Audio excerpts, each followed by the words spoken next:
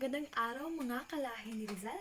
Panibagong araw ay panibagong paksa na naman ang ating tatalakayin. Ngunit bago ang lahat ng iyan ay nais ko munang ipakilala ang aking sarili. Muli isang mapagpalang araw. Ako si Binibining Grace Joy Diguinyon at ngayong araw ako ang inyong magiging guro para sa ating panibagong paksa. Ngayong araw ay magkakaroon lamang tayo ng isang online discussion dahil sa hindi magandang panahon. Kung kaya't inaanyayahan ko kayo na makinig na mabuti sa ating talakayan.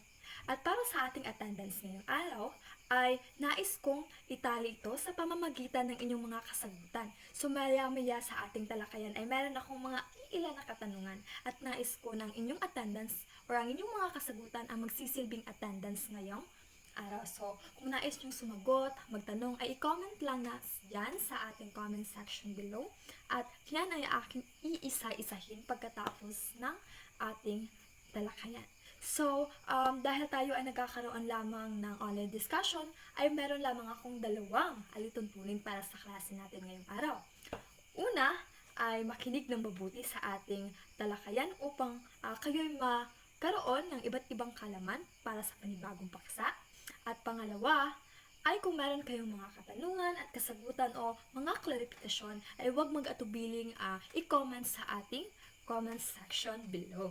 So, palagay ko ay tayo nagkakaintindihan kung kaya't bago tayo magpatuloy sa panibagong paksang tatalakayin, ay magkaroon muna tayo ng pagbabalik sa nakaraan. So, ating balikan ang nakaraan. So, sino sa inyo ang hindi pa nakakapag-move on o hindi pa nakakalimot sa ating tinalakay noong nakarang tagpo? Okay, so noong nakarang tagpo ay tinalakay natin ang pag-usbong ng nobelang Kastila sa nobelang Kastila at tinalakay ninyo kay Binibining Bagnol ang dalawang nobela kung saan ito ay ang Urbana at Feleza at ang Barlaan at Josefat. So, batay sa inyong pinakitang aktibong partisipasyon nung nakarang tagpo ay batid kong talagang kayo ay merong natutunan noon. At para sa ating panibagong paksa, ay meron akong inihandang motibasyon.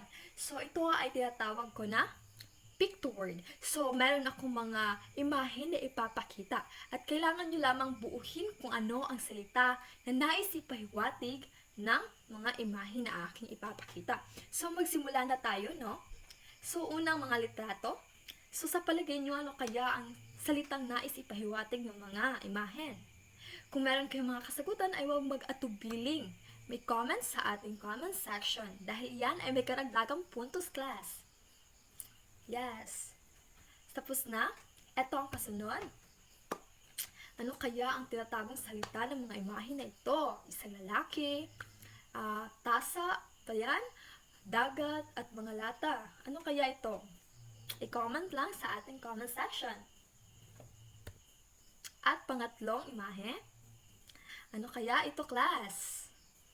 Batid kong ito ay madali lang para sa inyo, lalapat balita ko'y matatalino daw ang mga BSED Filipino 3.1 tsaka 3.2. At para sa huling larawan, ano kaya ang salitang tinatago ng mga larawan na ito?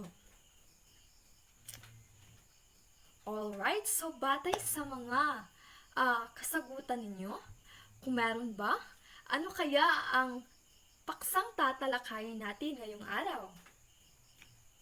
Okay, so batid kong ito'y madali lamang sa inyong class kung kaya't akin ang ibibigay ang panibagong paksa natin ngayong araw. So ngayong araw ay tatalakayin natin ang karugtong na nobela ng Noli Me Tangere. So ito ay ang nobelang El Filibusterismo ni Dr. Jose Rizal na ating bayani. So batid kong meron na kayong mga ideya kung ano ang nobelang ito, no? Dahil alam kong ito'y tinalakay nyo na nung kayo pa high school pa lamang or senior high ba? So, alam ko meron na kayong mga ideya kung kaya't inaasahan ko na sa ating talakayan ngayon na meron pa rin kayong mapupulot na panibagong kaalaman na magagamit ninyo sa kinabukasan. So, tayo ay magsimula na. O bago ko makalimutan, bago tayo magsimula ay narito muna ang aking mga layunin sa araw na ito.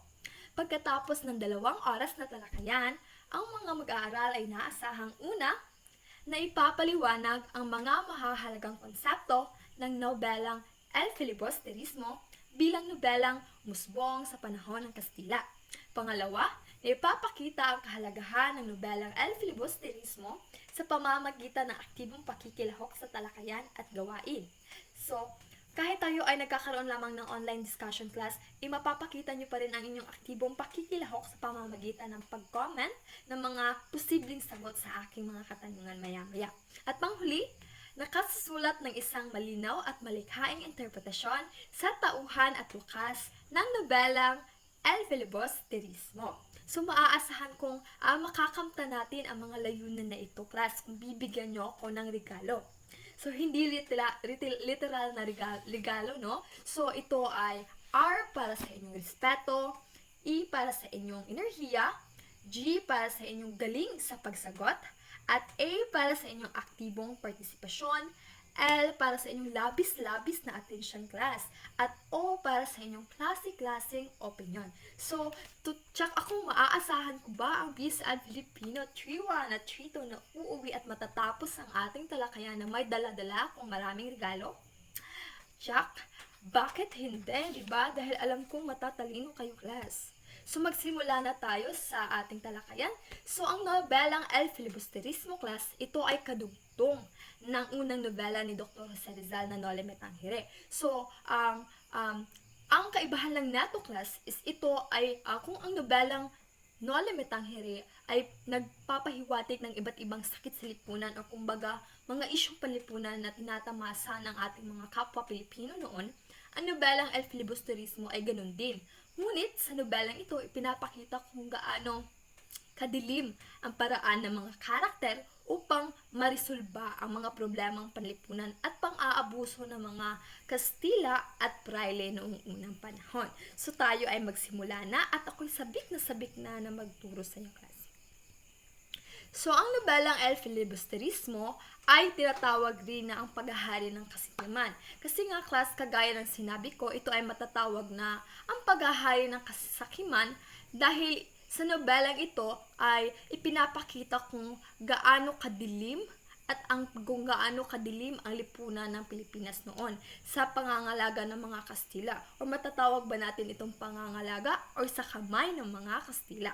So masasabi natin ito ay puno ng mga iba't ibang madidilim na pangyayari, pang-aabuso sa kapangyarihan, hindi lamang ng mga Kastilang namamahala sa pamahalaan, kundi na rin sa mga praile na siyang mas labis na nasusunod kaysa sa mga opisyal sa pamahalaan. At matatawag din natin itong paghahari ng kasakiman dahil sa nobelang ito ibinubunyag kung paano posibleng makuha ng mga Pilipino ang kanilang pantay na hustisya at karapatan, class, sa pamamagitan ng isang madilim na plano, class, na siyang atin ding tatalakayin maya-maya. So, ito ay sinulat ni Dr. Jose Rizal. So, ano nga ulit ang buong pangalan ng ating pambansang bayani? Siya si i-comment sa comment section below para sa inyong karagdagang puntos. So, ito ay nilimbag taong 1891 sa Setyembre 18 sa Ghent, Belgium. So, kung ang nobelang Noli Me Tangere ay inilimbag sa Berlin, Germany ba yun? Sa Germany, ang El Filibusterismo naman ay inilimbag sa Ghent, Belgium. At iyan ay malalaman natin ang dahilan maya-maya sa ating talakayan. Maituturing itong nobelang panlipunan at pampolitika. So kung ating ipaghahambing, class, ang nobelang Noli Me Tangere ay matatawag na nobelang panlipunan dahil isinisiwalat nito ang iba't ibang mga isyong panlipunan at hindi pantay-pantay na karapatan na natatamasa ng ating mga kapwa Pilipino. Ngunit, ang nobelang El Filibusterismo naman, class, hindi ito isa lamang, matuturing pa rin itong nobelang panlipunan, ngunit mas nangingibabaw dito ang pagiging nobelang pampolitika. Bakit? Dahil ang nobelang El Filibusterismo, class, mas ipinapakita or mas hina-highlight nito, kumbaga sa terminong English, mas hina-highlight nato ang mga iba't ibang pangungurakot, pang-aabuso sa kapangyarihan ng mga praile at mga namamahalang Kastila class. So, pinapakita dito na talagang walang karapatan ang mga Pilipino na ipaglaban ang kanilang karapatan. Walang hustisya na nagaganap dahil sa mga sakim sa kapangyarihan sa pamahalaan at maging sa simbahan. So, dumako naman tayo. Ito ay binubuo ng 38 kabanata. So, kung ang Nuale Metangere ay mayroong 64 or 64. 64 na kabanata, ang nobelang El Filibusterismo naman ay pinaiksi. Ito ay binubuo lamang ng 38. So, maaaring sa ibang pananalisik ninyo class, ito ay 39. Ngunit, batay sa aking source, ito talaga ay 38 class. Baka maguluhan kayo. So, at panghuli na impormasyon tungkol sa nobela, ito ay buong pusong inaalay ni Rizal sa Gomborza. So, kilala nyo ba ang Gomborza class? Okay, sila ang 3 paring ibinitay dahil sa pag-aakusang sila ang namumuno sa pag-aaklas sa Cavite or Cavite Mutiny. So, familiar ba kayo sa Cavite Mutiny? So, ito ay ang pag-aalsa sa Cavite or Revolusyong Cavite or tataguyod ng isang revolusyon na ayon sa kanila ito daw ay ayon sa mga Kastila, ito daw ay pinamumunuan ng Gomborza. So, ito ay binubuo ng 3 pari ang Gomborza, no? Ito ay Gom para kay Padring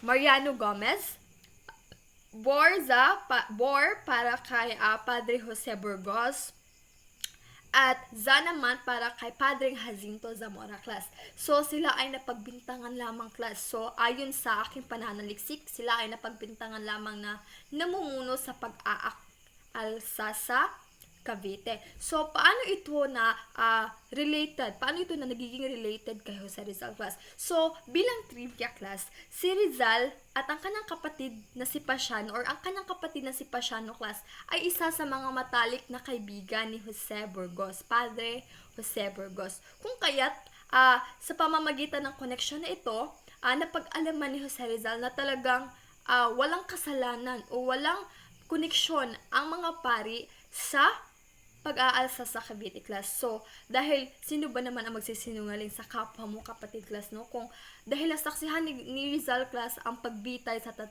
pari. At labis siyang naguguluhan kung bakit binitay ng walang sapat na ebidensya ang 3 pari. At doon niya napag-alaman sa kanyang kapatid na talagang inakusahan lamang ang mga pari or kumbaga sa ating termino ngayon class, ito ay na-frame up lamang ng mga Kastila at Praile dahil ang mga pari noon class, ang 3 pari ay or pinapangunahan ni Jose Burgos class, meron silang itinatatag na isang organisasyon upang itaguyod ang karapatan ng mga Pilipino. Ngunit, nung mapag-alaman ito ng mga Praile at iba pang mga Kastila, agad nila itong ginawa ng paraan upang hindi ito matuloy. At isa sa mga paraan na ito ay kung saan kanilang free-name up sa termino sa English ang mga pari at inakusahan at pinaratangan na sila ang namumuno sa Cavite Mutiny o pag-aalsa sa Cavite. At yun nga class, nabitay ang 3 pari ng walang sapat na ebidensya at yun ay labis na ikinalungkot ng ating pambansang bayani na si Jose Rizal. Ngayon ay dumako naman tayo sa kasaysayan ng pagsulat ng El Filibusterismo. So, merong iba't ibang proseso, no? Kagaya ng nakalimit ang hero kung paano naisulat ang nobelang El Filibusterismo. So, sa taong 1887, sinimula ni Rizal ang burador ng El Filibusterismo sa Calamba, Laguna. So, makadaan ang ilang buwan, matapos niyang maipalimbag ang nobelang Noli Me Tangere, ay agad na umumi si Rizal class sa kanyang bansang pinagmulan or sa bansang Pilipinas dahil na rin sa kanyang pananabik sa kanyang mga pamilya. Ngunit, pagka-uwi niya sa Pilipinas ay agad siyang nakaranas ng kakaibang panggigipit sa mga Kastila class, kung saan ang panggigipit na ito ay nadadamay na ang kanyang mga kapamilya at kamag-anak at maging ang kanyang ama. So, isa sa mga rason, class, kung bakit sinimulan agad-agad ni Rizal ang burador ng El Filibusterismo ay dahil, una sa mga rason talaga, class, is dahil sa pagkakulong ng kanyang ama o ina ba yun, class? Hindi ako sure dahil sa iba't ibang resources na aking sinaliksik ay merong nagsasabi ng pagkakulong ng kanyang ama ang isa sa mga naging rason or nag-udyok kay Rizal upang simulan ang El Filibusterismo. Meron ding nagsasabi na dahil sa pagkakulong ng kanyang ama. Hindi ako sure kung si ama ba or ina, ngunit batay sa aking mga nakalap sa pananaliksik ay talagang ito ay nagsasabi na ang ama ni Rizal, pagkakulong ng ama ni Rizal. At isa rin sa mga rason, class, is dahil isa sa mga kapamilya ni Rizal ay hindi binigyan ng isang Christian burial, class. Kumbaga, isang patay sa mga kamag-anak ni Rizal ang namatay at humiling ng Christian burial bago ito ilibing. Ngunit pinagkaitan ito ng mga prali dahil nga ito ay kamag-anak ni Rizal. At ang pag-aangkin ng karapatang ito ay labis na nagbigay ng impact kay Rizal upang talagang magsulat ng panibagong nobela at ipakita ang pagkuha ng mga karapatan ng mga prali at Kastila sa mga Pilipino at maging sa mga patay na Pilipino.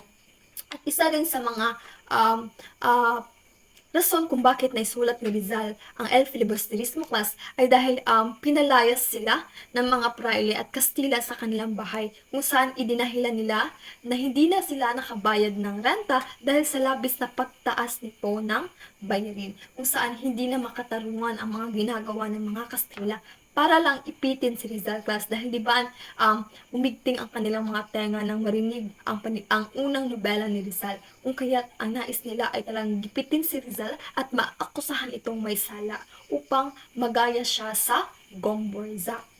Kung kaya't inayos lang niya ang banghay at kaisipan ng akda noong siya ay lumisan ng Pilipinas. So, borador pa lamang ang kanyang ginawa sa Calambaclas. Ngunit pinayuhan siya ng kanyang mga kamag-anak na lumisan muna at magpalamig sa ibang bansa dahil labis na silang ginigipit ng mga praile at Kastila. At nagpunta si Rizal sa London, England noong 1890. At sa pag-aayos ni Rizal sa banghay at isipan ng akdang El Filibusterismo ay mayroong mga rason kung bakit nabago muli ang banghay at isipan ng akda. Isa sa mga rason, class, ay kung saan napag-alaman ni Rizal na iniipit na naman ng mga praile at Kastila ang kanyang pamilya patungkol sa sakahan sa Calamba, Laguna, kung saan ang mga lupa ng mga magsasaka ay inangkin ng mga praile dahil sa dahilan na hindi na ito nakabayad ng mga buwis. Ngunit, ang totoong dahilan nito, class, ay labis na tinaasan ng mga praile ang mga buwis ng mga magsasaka kung kaya't hindi na nila kaya itong bayaran dahil sa labis na presyo ng buwis, class. Kung kaya't walang nailaban ang mga magsasaka, kung kaya't kinuha nila ang lahat ng lupain ng mga magsasaka. So, at pangalawa, sa mga rason kung bakit nabago ang banghay at kaisipan ng akda ay noong napag-alaman ni Rizal na ang kanyang pinakamamahala si Leonor Rivera ay ikinasal na sa isang Grego na si um, Keeping, Christian Keeping, or mas kilala sa Keeping. So, ito ay napag-alaman ni Rizal at pagkaalam ni Rizal, class, labis siyang nasaktan. Kung kaya't, kung mapapansin nyo sa nobela, ay di ba plano si Rizal na balikan si Maria Clara, ngunit napag-alaman niya na ito na pala ay patay. At sa totoong buhay ni Rizal, class, ito talaga ay nangyari dahil si Rizal, class, naghihintay lamang siya ng pagkakataon at muling mag-cruise ang landas nila ni Leonor Rivera. Ngunit dahil nga si Leonor Rivera at ang ina nito ay hindi payag sa relasyon ni Rizal at ni Leonor Rivera, ay ang mga sulat ni Rizal, class, buwan-buwan nagpapadala si Rizal ng sulat kay Leonor Rivera. Ngunit dahil hindi nga tanggap ng ina ni Leonor Rivera na si Rizal lamang ang mapapangasawa ng kanyang anak, ay hindi niya agad binibigay ang mga sulat na ito sa kanyang anak. Kung kaya't nawala na ng pag-asa si Leona Rivera na magkita pa silang muli ni Rizal, kung kaya't siya'y nasapilitan lamang na magpakasal kay Kiping. At noong 1891 ay lumipat si Rizal mula sa Madrid, Spain patungong Ghent, Belgium, at doon na niya pinagpatuloy ang kanyang pagsulat ng nobela. So talagang maraming pinagdaanan si Rizal, no, bago niya limbag ang nobelang El Filibusterismo. Noong Marso 29, 1891, natapos na ni Rizal ang pagsusulat ng nobela. Ngunit dahil nga sa kakapusan ni Rizal sa pera class, hindi niya agad ito naipalimbag dahil nga walang permanenteng trabaho si Rizal. Hindi niya siya agad makapaglalabas ng pera upang pambayad sa pagpapalimbag ng nobela. At nakakita si Rizal sa kanyang paghahalungkog sa buong Ghent, Belgium, nakakita si Rizal ng murang palimbagan. At ito ay may pangalan na F. Mayer van Loo Press. At dahil nga ito ay may pinakamura na palimbagan sa buong Belgium, ay agad-agad na ni Rizal na sinimulan ang pagpapalimbag ng nobelang El Filibusterismo. So, ikaw ba naman na nananabik ka na ipakita sa buong mundo ang mga ginagawang pang-aabuso ng mga Kastila, no? Sino bang hindi magmamadaling magpalimbag ng nobelang El Filibusterismo? Ngunit, noong taong Agosto 1891 ay nahinto ito sa pahina 112 dahil nawala ng pondo si Rizal. So, kaya nga 'di ba, class, walang permanenteng trabaho si Rizal kasi nga 'di ba, minsan ay siya ay isang assistant lamang ng isang dentista at minsan ay palipat-lipat pa siya ng lugar. Kaya talaga hindi siya makakapag-ipon ng sapat na pera at naninirahan pa siya sa ibang bansa, class. Kung kaya't masasabi talaga natin na kapo si Rizal kung pagdating sa pera. Ngunit sa kabutihang palad ay binigyan ni Valentin Ventura si Rizal ng 150 pesos bilang tulong sa pagpapalimbag. So kung kayo ay naguguluhan kung sino si Valentin Ventura, isa siyang Pilipino na anak ng Secretary of Interior ng pamahalaan. So masasabi nating meron talaga itong pera si Valentin Ventura. At kung nagtatanong kayo bakit nagkakilala si Valentin Ventura at Rizal at bakit siya agad lang binigyan ni Valentin Ventura ng 150 pesos bilang tulong. So, si Valentin Ventura, class, at si Rizal ay unang nagkakilala sa isang mansyon sa Paris, France. So, napag-alaman nila na sila'y kapwa Pilipino kung kaya't sila'y nagkausap-usap, class. At napag-alaman ni Valentin Ventura din na ang mga ginagawa ni Rizal, kanyang mga sinusulat na nobela at ang mga dahilan kung bakit niya sinusulat ito. Kung kaya't labis na namangha si Valentin Ventura sa kagalingan ni Rizal, class, at sa kanyang determinasyon na ipaglaban ang karapatang Pilipino. Dahil silang dalawa, class, ay Pilipino. Kung kaya't talagang humanga si Valentin Ventura sa kakayahan ni Rizal. Kung kaya't hindi siya nag-atubiling bigyan si Rizal ng tulong. At dahil sa kanyang tulong, noong Setyembre 22, 1891, natapos agad ang pagpapalimbag ng nobela, no? So dahil naman sa kabutihang ginawa ni Mr. Valentin Ventura, ay agad na binigay ni Rizal sa kanya ang original na manuskripto ng nobelang El Filibusterismo bilang tanda na rin ng pasasalamat niya kay Valentin Ventura sa kabutihang ginawa nito. At pagkatapos, class, ng pagpapalimbag ng nobela ay agad itong kumalat, no? Kumalat ito sa iba't ibang parte ng bansa gaya ng Hong Kong at Pilipinas. At dahil ito na nga ay kumalat sa iba't ibang parte ng bansa, class, ay ito rin ay nabasa ng mga praile at Kastila kung saan lalong uminit ang kanilang dugo kay Rizal, class. Kung kaya't napagdesisyon na nilang ipakumpiska ang lahat ng kopya ng nobela na nasa Pilipinas class. Dahil ayaw nilang magkaroon ng ideya ang mga Pilipino kung ano talaga ang kanilang pinagagawa, no? Kung kaya't ito'y kinumpiska nila. Ngunit kahit ito'y ikinumpiska na nila class, ay marami ng mga Pilipino ang nakabasa class. At dahil sa kanilang pagkabasa sa nobela, ay nagising ang kanilang diwa sa paghihimagsik at ipaglaban ang kanilang karapatan bilang isang Pilipino. Yon. So, ayun lamang ang kasaysayan, no, ng nobelang El Filibusterismo. So, ito ay parang isang roller coaster ride plus dahil hindi natin alam kung noon sa panahon ni Rizal, hindi natin alam sa kanyang kung ano ang kanyang iniisip, kung itutuloy niya pa ba ang pagpapalimbag ng nobela dahil sa mga kanyang kinakaharap na kakapusan ng pera, dahil sa diskriminasyon, dahil sa pagkakulong ng kanyang pamilya. So marami na siyang iniisip plus. Ngunit dahil sa tulong ng isang kapwa Pilipino, ay napagtagupan niya niyang ipalimbag ang nobela. So ngayon, ay dumako naman tayo sa layunin ng nobela. So, alam kong batid nyo na ang mga layunin ng nobela class. So, isa sa mga pangunahing layunin talaga ng nobelang El Filibusterismo ay gisingin ang kamalayan ng mga Pilipino sa pangapi ng mga Espanyol. So, kung ating babalikan, no, or kung talagang ating iisipin, no, isa talaga ito sa mga pangunahing layunin kung saan ginising ni Rizal ang diwa ng mga Pilipino na ipaglaban ang kanilang karapatan. Pangalawa ay ang ipakita ang maling pamamahala ng mga Kastila at Pele.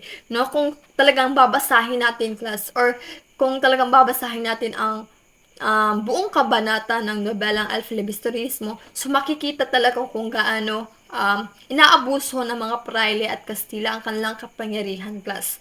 Kung saan kanilang tinatanggalan na ng karapatan ang iilan sa mga Pilipino or hindi lamang iilan, kung saan tinatanggalan nila ng karapatan na mamuhay ng tama at patas, kung saan malaki talaga ang kanilang diskriminasyon sa mga Indio at mga Pilipino. At pangatlo ay paglaban ang reforma at pagbabago. So, sa huling bahagi ng nobela, kasi kung mapapansin nyo, ang nobela ay nagpapakita ng reforma at pagbabago. Kung saan minumulat ni Rizal na talagang magbago ang sistema or hinihiling niya na magbago ang sistema ng pamamahala ng mga Kastila sa mga Pilipino. At dyan lamang nagtatapos ang ating talakayan tungkol sa kasaysayan at layunin ng nobela. At ngayon, upang mas lubos nyo pang maintindihan ang ating talakayan, ay dumako naman tayo sa kasunod na parte kung saan tatalakayin natin ang mga tauhan ng El Filibusterismo. So, alam kong iilan sa mga tauhan class ay kilala nyo na. Ngunit, atin pa rin itong isa-isahin upang mas tumatak ito sa ating mga isipan. So, una ay si Simon. So, si Simon ang pangunahing tauhan ng nobelang El Filibusterismo. So, isa siyang mayamang mang-aalahas at misteryosong nakasalamin. So, siya ay malapit na kaibigan ng Kapitan General. So, si Simon class, siya ay isang nagbabalat kayong nilalang na siya ay nagbabalik mula sa nobelang Noli Me Tangere. So, kung mapapansin nyo, or talagang siya si Juan Crisostomo Ibarra ng Noli Me Tangere, na kung saan si Juan Crisostomo Ibarra ay labis na nakaranas ng pang-aapi sa unang nobela. Ngunit sa pagbabalik niya dito sa ikalawang nobela, ang El Filibusterismo, ay nagbago ang kanyang katangian at tunguhin sa buhay, kung saan ang lais niya lamang ay ang paghihimagsik o paghihiganti. So, marami sa ating class, no, or marami sa mga mambabasa ang talagang sinasabing si Simon daw o si Juan Crisostomo Ibarra ay sumisimbolo kay Jose Rizal, dahil talagang ang kanyang mga naranasan mula sa una at pangalawang nobela ay sumasalamin din sa mga naranasan ng ating pambansang bayani.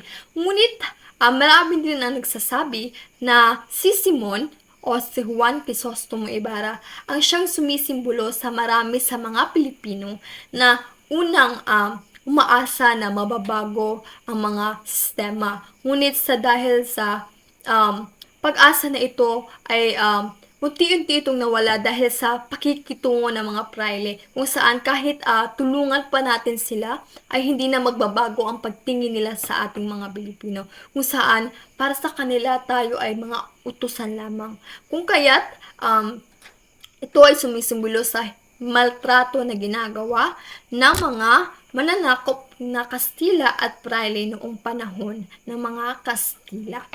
So, yan si Simon Clas. So, kasunod ay si Basilio. So, si Basilio ang mag-aaral ng medisina at kasintahan ni Julie. So, gaya ni Simon Clas, si Basilio ay nagbabalik din mula sa noberang No Limit Tangere. So, si Basilio Clas ay ang anak ni Cesa at kapatid ni Crispin. No? Dahil siya ay iniwan na ng kanyang ina at kapatid, ay kinupkup siya ni Kapitan Tiago Clas at ipinag-aral ng medisina class.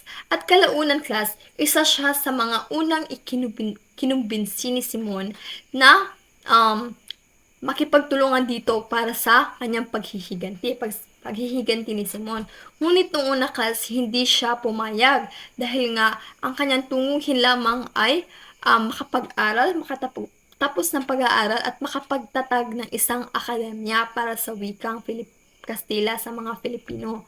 Ngunit ito ay itinanggi ng maraming mga praile dahil ayaw nilang mamulat ang mga Pilipino.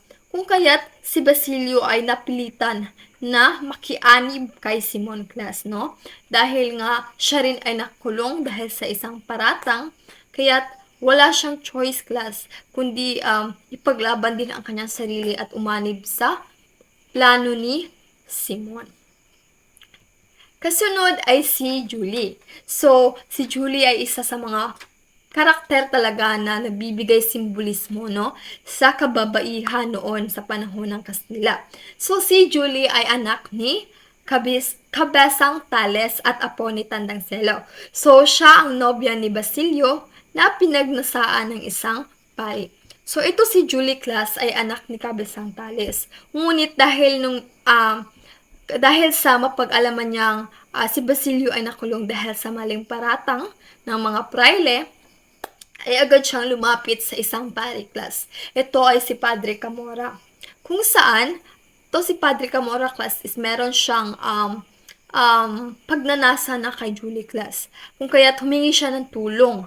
Dahil ito ay pinayuhan siya ni Hermana Bali na humingi ng tulong sa mga pari. At humingi siya ng tulong sa mga pari upang Padreng Camora upang mapalaya si Basilio. Ngunit imbis na tulungan siya ni Padre Camora ay hiniling nito ang kanyang puri. At dahil naman isang matinong babae si Julie, imbis na sumang-ayon kay Padre Camora sa balak nito, ay siya ay nagpakamatay dahil hindi niya kayang ibigay ang kanyang puri sa isang pare na kung saan gusto lamang siyang tulungan dahil merong kapalit. So, marami ang nagsasabi class na si Julie ay sumisimbolo sa mga kababaihan o na siyang ginagawang laruan at nilalapastangan ng mga praile. So, kasunod ay si Isagani. So, si Isagani ang makatang pamangkin ni Padre Florentino at kasintahan ni Paulito Gomez. So, isa siya sa mga mag-aaral na sumusuporta sa hangarin na magkaroon ng eskwelahan para sa wikang Kastila ng Pilipinas. So, ito si Isagani class. So, isa siya sa mga tauhan, or hindi siya isa, ngunit siya ang isa sa mga tauhan na dahilan kung bakit hindi nagtagumpay ang paghihimagsik ni Simon dahil sa kanyang pagmamahal sa kanyang kasintahan na si Paulita Gomez. Kasunod, ang kanyang kasintahan ay sa Paulita Gomez. Si Pauleta Gomez ay pamangkin ni Doña Victorina. Siya ay kasintahan ni Sagani, ngunit nagpakasal kay Juanito Pilaes. So, ito si Paulita Gomez class, isa siyang napakagandang dilag na kung saan maraming mga binatilyo ang humahanga at nagkakagusto sa kanya. At dahil nga isa siyang magandang dilag, isa sa mga nagkakagusto sa kanya ay si Juanito Pilaes. At nang mapag-alaman ito ni Doña Victorina na siyang alam naman natin kung ano ang katingian, ay pinayuhan niya ang kanyang pamangkin na si Pauleta Gomez na magpakasal kay Juanito Pilaes dahil sinabi niya na wala siyang kinabukasan sa isang mag-aaral na si Isagani. At dahil madali lang nakumbinsi ni Doña Victorina si Paulita Gomez, ay siya ay nakapagdesisyon na magpakasal na lamang kay Juanito Pilaes. So, sila ay the one that cut away na pares sa nobelang El Filibusterismo. Kasunod ay si Cabezang Tales. Okay, so si Cabezang Tales class, siya ang naghangad ng karapatan sa lupang sinasaka na inangkin ng mga pare. So ito si Cabezang Tales class. Isa siyang dating kabesa di barangay, kung saan siya ang nangongolekta ng buwis no, sa nobela. Siya ang nangongolekta ng buwis sa mga magsasaka upang ibigay sa mga praile. At pagdaan ng ilang mga taon, ay labis na tinataasan ng mga praile ang buwis ng mga magsasaka, kung saan si Cabezang Tales ay wala na siyang perang pang-abonado sa mga magsasakang hindi nakakabayad ng buwis. Dahil noong class, inaabunahan niya ang mga magsasaka. Ngunit sa pagtaas at pagtaas ng buwis, ay hindi niya na nakayanan na abunahan ang mga iba pang magsasaka. Kung kaya't dumating ang panahon na hindi na sila nakabayad ng buwis at kinuha ng mga praile ang kanilang sinasakahan. So, ang ganitong pangyayari sa nobela class ay rumireplika sa totoong pangyayari kung saan ginipit ng mga praile ang mga magsasaka sa Calamba, Laguna at binawi ang kanilang sariling lupa. At dahil sa pangyayaring iyon class ay labis na nasaktan ang mga magsasaka at kabilang doon si Cabezang Tales at ang kanyang ama na si Tandang Selo. At ngayon ay dumako naman tayo kay Tandang Selo. So, Tandang Selo ang ama ni Cabezang Tales na nabaril ng kanyang sariling apo. So, hindi si Julie Clasa, kundi ang kapatid ni Julie na si Tino or Carolino. So, si Carolino class, isa siyang Guardia Civil class. At aksidente niyang nabaril ang kanyang sariling lolo na si Tandang Selo. So, kasunod, si Kapitan General. So, si Kapitan General ay hindi binanggit ang kanyang totoong pangalan, kung kaya't siya ay pinalayawan na lamang na Kapitan General.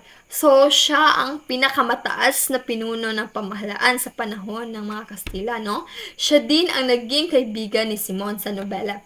So, si Kapitan General class, kahit siya ang may mataas na pinuno ng pamahalaan, pinapakita sa nobela class na kahit gaano ka pa kataas na opisyal ng pamahalaan, wala ka pa rin sapat na kapangyarihan upang tutulan ang mga desisyon ng mga praile. No? So, kung saan sa nobela makikita na kahit siya ang pinakamataas class, wala siyang boses upang ipahinto or patnubayan ang mga pangyayari sa lipunan. Dahil ang tanging nasusunod lamang class ay ang mga praile na siyang pinakita sa nobelang El Filibusterismo. Okay, so kasunod ay si Don Custodio. So si Don Custodio ay kilala rin sa tawag na Buena Tinta sa kanyang mga kamay na kasalalay kung pahihintulutan ng Akademya ng Wikang Kastila sa Pilipinas. So ito si Don Custodio ay isa sa mga Pilipino na nakaangat sa buhay class dahil siya ay nakapagpangasawa ng mayamang babae. So, sa kanyang pag-angat sa buhay class, isa siya sa mga inaasahan ng mga mag-aaral na si Isagani at Basilio na papanig sa kanila na magtatag ng isang akademya. Ngunit sa kabaliktaran nito ay hindi siya pumayag sa pagpapatatag ng Akademya ng Wikang Kastila sa Pilipinas dahil para sa kanya ay hindi niya gustong makisali sa gulo ng mga Indio o mga Pilipino at mga Praile. At dahil doon, hindi siya pumayag no, na makisabay pa sa mga suliraning paaralan. O kaya't hindi siya, dahil sa kanyang pagkamayabang din class, no, hindi siya pumayag no, na magpatupad ng isang akademya. So, kasunod ay ang inyong paboritong karakter na si Doña Victorina. So, si Doña Victorina ang tsahin ni Paulita Gomez. So, siya ay mapagpanggap na isang Europea, ngunit isa namang Pilipina. So, kilala nating lahat no, si Doña Victorina class. Isang mapapanggap na Pilipinas na akala niya sa kanyang sarili na siya ay mestiza, ngunit halata naman na siya ay isang Pilipina. So, ito si Doña Victorina class, siya ay sumisimbolo sa maraming mga Pilipino noon na gusto na lamang magpanggap upang makaiwas sa diskriminasyon, no? 'Di ba? Dahil sa panahon na iyon ay labis ang pagdidiskrimina sa mga Pilipino at Pilipina. Kung kaya't ang kanyang pagpapanggap ang kanyang naging susi upang hindi siya or makaiwas siya sa mga diskriminasyon ng mga Praile at Kastila. At kasunod ay si Kapitan Tiago. So, si Kapitan Tiago ang naging tagapangalaga ni Basilio matapos itong mawala ng ina. So, ito si Kapitan Tiago class ay hindi gaanong naipakita sa nobelang El Filibusterismo. Ngunit ito si Kapitan Tiago class ay meron ng dinadamdam sa kanyang kalusugan. Kung kaya't siya ay kanang pumanaw na siya sa ilang mga pahina ay pumanaw na siya. Dahil na rin ito sa kadahilanan na binigyan siya ng pamadaliang kamatayan ni kanyang matalik na kaibigan ni si Padre Irene. So, ang kanyang pagkakamatay class ay madali lamang dahil minadali ito ng kanyang matalik na kaibigan na may plano or masamang balak sa kanyang ari-arian. So, ang kanyang matalik na kaibigan class is si Padre Irene. Ngunit, dahil nga binilinan niya si Padre Irene na ang kanyang mga ari-arian ay papasa kay Basilio, ay nagka-interest ito. At sa halip na ipasa niya ito kay Basilio, ay inangkin niya ang mga ari-arian na para kay Basilio, na nagmula kay Kapitan Tiago. So, ito ay sumisimbolo lamang ng labis na kasakiman no, sa kapangyarihan at kayamanan. Okay? So, kasunod naman ay si Ginoong Pasta. So, si Ginoong Pasta ang tagapagpayo ng mga praile sa mga suliraning. So, kagaya ni Doña Victorina class, ito si Ginoong Pasta ay isa rin sa mga Pilipinong umiiwas sa mga alitan sa pagitan ng mga Pilipino at Praile. Kung kaya't siya ay naging tagapayo ng mga Praile sa mga suliraning. So, pinagkatiwalaan siya ng mga Praile dahil sa kanyang katangian na rin class na may takot siya sa mga Praile at Kastila. At mas pinipiling tulungan ang mga Praile or mga Kastila kaysa sa kanyang mga kapwa Pilipino. Kasunod naman, ang natauhan ng El Filibusterismo ay si Benzaib. So, si Benzaib ay isang mamamahayag na nagsusulat para sa pahayagan. So, di ba kapag sinabi natin nagsusulat sa pahayagan, dapat ang mga sinusulat ay totoo. Ngunit, ito si Benzaib class ay kabaliktaran dahil ang kanyang mga sinusulat sa pahayagan ay batay lamang sa kanyang sariling pagkakaintindi. So, siya ay isang mamamahayag kung saan ang kanyang sariling konsepto lamang ang nasusunod. Or kung minsan nga class ay sa nobela ay pinapakita na siya ay gumagawa-gawa lamang ng mga balita or ng mga kanyang sinusulat, no? So, yun lamang si Benzaib class. So, kasunod ay si Quiroga. So, isang incheck siya class. So, isang incheck na nangangalakal na nais magkaroon ng konsulado sa Pilipinas. So, ito si Quiroga class, isa siya sa mga naging tulay upang magpatagumpay sana ang paghihiganti ni Simon class, no? Ngunit, hindi ito natuloy. At si Quiroga class, isa siya sa mga Chino na nakakaranas ng pagdidiskrimina ng mga Kastila. So, gaya ng mga Pilipino, sila ay tinuturing din na mababa ng mga Kastila at Praile class. Kung kaya't matagal na siyang naninirahan sa Pilipinas class batay sa nobela at siya ay naghahanap lamang ng magiging kaalyansa kumbaga. At dahil nga may utang siya kay Simon class ay wala siyang nagawa kundi tumulong kay Simon na itago ang mga bomba sa kanyang bahay. At kasunod ay si Sandoval. So, isa siyang kawaning Kastila na sang-ayon sa panig sa pinalalaban ng mga mag-aaral. So, sa kabila ng maraming mga Kastila class, isa si Sandoval na sumasang-ayon na magkaroon ng karapatan ang mga Pilipino na makapag-aral ng wikang Kastila.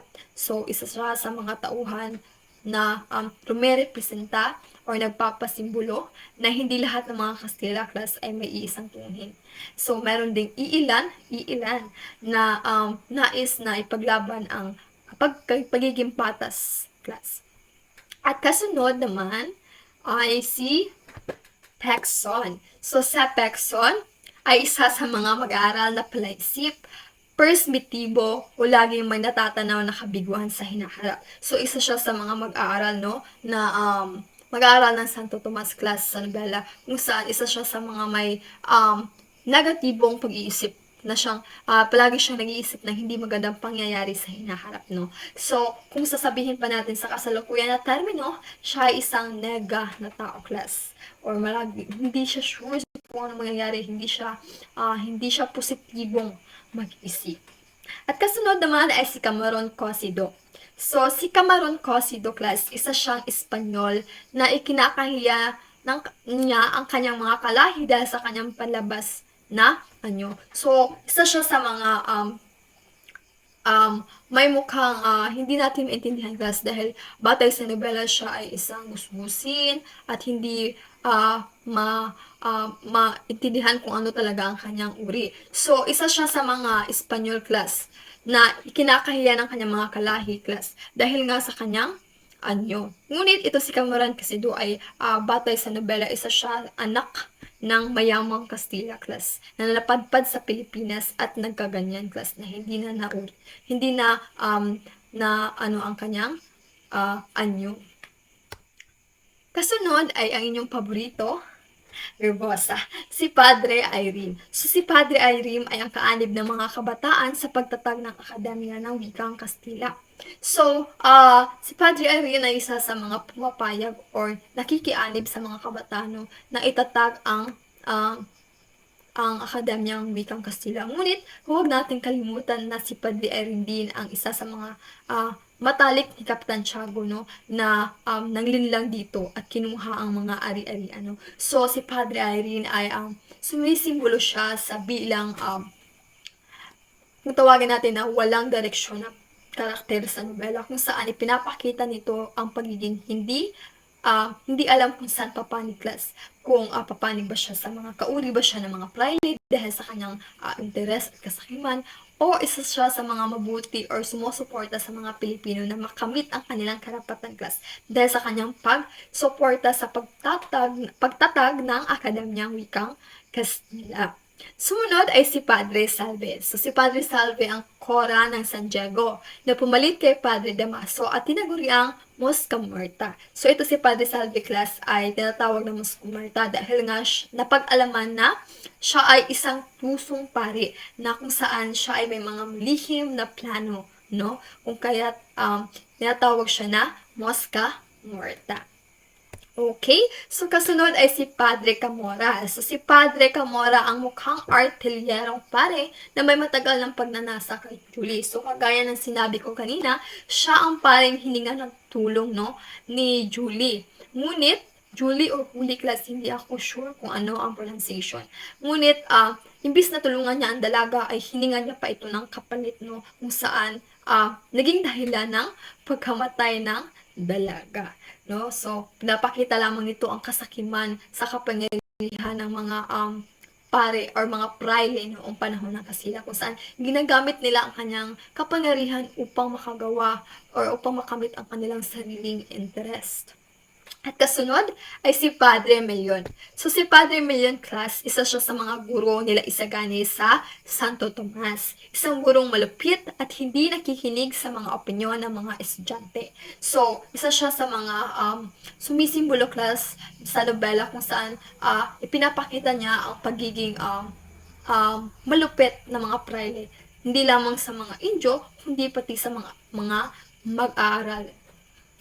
Okay, so kasunod ay si Padre Sibayla. So isa siyang paring Domenico na tutol sa pagpapatuyo ng Akademya ng Wikang Kastila.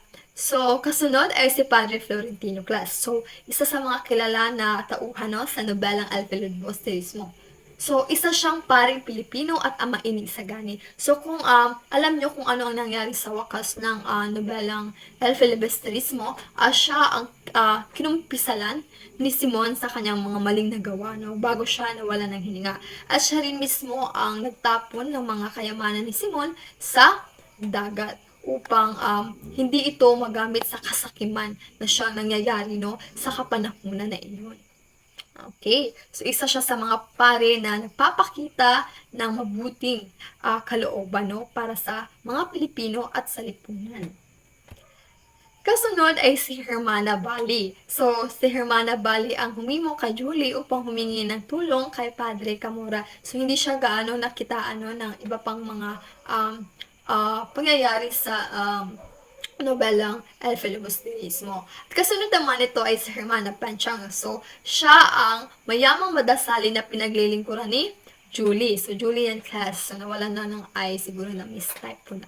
So, siya ang pinaglingkuran ni Julie class nung siya ay nangangailangan ng labis na pera para pambayad si Julie sa mga tulisan na dumakip sa kanyang ama na si Kabesang Tales. Kasunod ay si Tadeo. So, si Tadeo ay isang palabiro ngunit tamad na mag-aaral. So, siya ay sumisimbolo class sa kung saan sa nobela pinapakita niya or sumisimbolo siya sa mga mag-aaral noon na kung saan tamad, ngunit palagi naman siyang nakakapasa class. At kasunod si Placido Penitente. So, si Placido Penitente ang mag-aaral na nawala ng ganang matapos mapag-alaman ang mga suliraning pampaaralan. Ito si Placido Penitente class, isa siya sa mga sumisimbolo na sa mga Pilipino noon na may ganang mag-aral class. Ngunit dahil nga sa pagkuha ng karapatan ng ilan sa mga praile na matamo ang karunungan na nais mag-aaral, ay nawalan siya ng gana class at huminto na sa kanyang pag-aaral. So, ito lamang ay nagpapakita kung gaano nakaka-apekto sa mga mag-aaral ang mga maling desisyon, hindi patas na desisyon na ginagawa ng mga praile noon sa kapanahunan nila, no? So, okay. So, kasunod ay si Mr. Leeds. So, si Mr. Leeds ang misteryosong Amerikano na nagtanghal sa Perya. At sunod ay si Macaraig. So, siya ang mayamang mag-aaral na masigasig na nakipaglaban para sa pagtatag ng Akademya ng Wikang Kastila, ngunit biglang nawala sa oras ng kagipitan. Ito si Macaraig class, isa siya sa mga karakter na nagpapakita kung gaano nawawalan ng determinasyon ng isang tao kung saan kapag nakakaranas na sila ng kagipitan ay hindi na sila nagpapatuloy sa kanilang pinaglalaban. So, iilan lamang siya, no, si Macaraig na sumisimbolo sa iilang Pilipino noon na walang lakas na loob na ipaglaban ang kanilang karapatan dahil na rin siguro sa takot nila sa kapangyarihan ng mga Kastila at Praile. Okay. So, kasunod si Juanito Pelaez. So, si Juanito Pelaez, siya ang napangasawa ni Paulita Gomez na siyang dating kasintahan ni Isagani class. Siya ang kubang mag-aral na may kayabangan, ngunit kinigiliwan ng mga profesor at nabibilang sa kilalang angkang may dugong Kastila. So, si Juanito Pelaez class, isa siya sa mga mag-aaral na suwail at may kakaibang katangian class, malupit na katangian kung saan siya ay palaging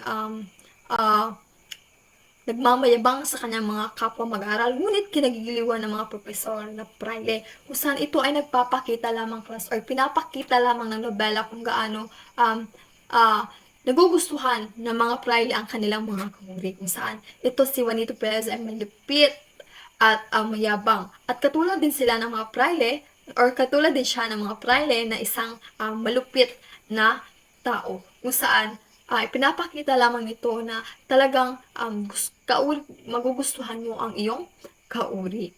So, at panghuling tauhan ng Noli Me Tangere ay ng El Filibusterismo ay ang si Hertud. So, si Hertud, isa siyang mang-aawit. So, isa siya sa mga umawit sa pansiteras kung saan nagtanghal din siya sa prayer class kung or mababasa nyo sa Noli Me Tangere ay sa El Filibusterismo. So, okay. So, yan lamang nagtatapos ang ating talakayan ngayong araw. So, merong iilan pa sa mga tauhan ng El Filibusterismo na hindi ko na nasama dahil hindi ako nakakalap ng mga karagdagang impormasyon sa kanila. Kabilang na sa nabanggit ko kanina na si Carolino or Tino na kapatid ni Julie. At isa rin si Pepay na isa sa mga mananayaw sa Priya. Okay, so, dyan lamang nagtatapos no, ang ating talakayan ngayong araw. Naway meron kayong mga natutunan sa aking tinalakay ngayong araw. At para sa pagtatapos ng ating talakayan, ay nais kong tanungin kung meron ba kayong mga katanungan. At kung meron man kayong mga klarifikasyon o mga katanungan patungkol sa ating tinalakay ngayong araw, ay huwag mag-atubiling i-comment lang sa comment section below, class, at ako niyang sasagutin pagkatapos niyong magtanong or pagkatapos natin magtalakay or pagkatapos niyo sa inyong gawain. At dahil kung walang mga katanungan, ay ako ang magtatanong. So, para sa inyong attendance, ay nais kong sagutin niyo ang mga katanungan na ito. Una, ano ang pagkakaiba at pagkakatulad ng dalawang nobela na isinulat ni Dr. Jose Rizal? So, ito ang nobelang Noli Me Tangere at El Filibusterismo. So, nais kong paghambingin ninyo ang kanilang pagkakaiba at pagkakatulad. Kasunod na katanungan ay bilang isang Pilipino, paano mo maipapakita ang pagmamahal sa nobelang isinulat ni Dr. Jose Rizal? So, inaasahan ko na kayo may mga sagot na talagang babagay sa katanungan na ito, no? Dahil ang katanungan na ito ay talagang masasagutan ng isang totoong Filipino. At para sa inyong gawain ngayong araw ay narito siya. Gawain 1, panuto, basahin ang buod ng El Filibusterismo. Pagkatapos, sa kalahating bahagi ng papel, gumawa ng sarili niyong version ng wakas ng nobelang El Filibusterismo. Okay, so sa gawain na ito, class, kung meron akong ipapabasa sa inyo na buod at ipapakita ko ito maya-maya. So, sa bahaging ito, class, is kayo ang pipili kung ano ang gusto nyo mangyaring wakas ng nobelang El Filibusterismo. So, maaaring isulat nyo na gumawa kayo ng eksena na kung saan nagtagumpay si Simon sa kanyang paghihimagsik, or maaaring gumawa ka ng eksena kung saan hindi man nagtagumpay si Simon, ay meron kayong eksena na kung saan hindi siya namatay, or merong mas magandang nangyari sa wakas, no? Dahil para sa akin, class, ang wakas ay talagang puno ng emosyon at mga aral, class. So, gusto kong maging malikhain kayo sa gawain na ito, class. So, para naman sa ikalawang gawain, 1.2, batay sa ating tinalakay ng mga tauhan sa nobelang El Filibusterismo, pumili ng isa o higit pang tauhan na sa palagay ninyo ay kumakatawan sa inyong sarili bilang isang Filipino. So, ipaliwanag kung bakit ninyo ito napili at isulat ito sa isang kalahating papel. So, pipili lamang kayo ng isa or dalawa or tatlo or kahit ilan ang gusto niyo, class. Batay sa mga tinalakay na tinatauhan na siyang para sa inyo ay may katulad na personalidad ninyo. At bakit niyo ito masasabing may pareho kayong personalidad? So, ipaliwanag lamang iyon ang inyong mga kasagutan. So, para sa pamantayan ay narito, nilalaman, 20 puntos, orihinalidad, 10 puntos, organisasyon, 10 puntos, at kawastuhang gramatika, 10 puntos, na may kabuoang 50 puntos. So, ang gawain 1, class, ay meron lamang 25 points na siyang pagbabasehan ko sa criteria. So, gawain 2 din ay may 25 points. So, sa kabuuan, 50 points lahat. So, maaari niyong isumite ang inyong gawain sa susunod natin na tagpo, class. Face-to-face na pagtatagpo. At dyan lamang nagtatapos, no, ang ating talakayan ngayong araw. At para sa buod ng El Filibusterismo, ay basahin nyo lamang ang aking ipinaskill dito. Yan ay maikli lamang.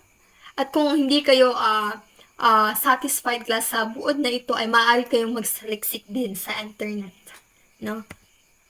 At para sa inyong takdang aralin, magsaliksik tungkol sa mga nobela sa panahon ng Amerikano. So, sorry for the wrong typo, class. So, magsaliksik lamang, class. Huwag nyo na itong isulat, no? So, magsaliksik lamang kayo para sa susunod nyong talakayan.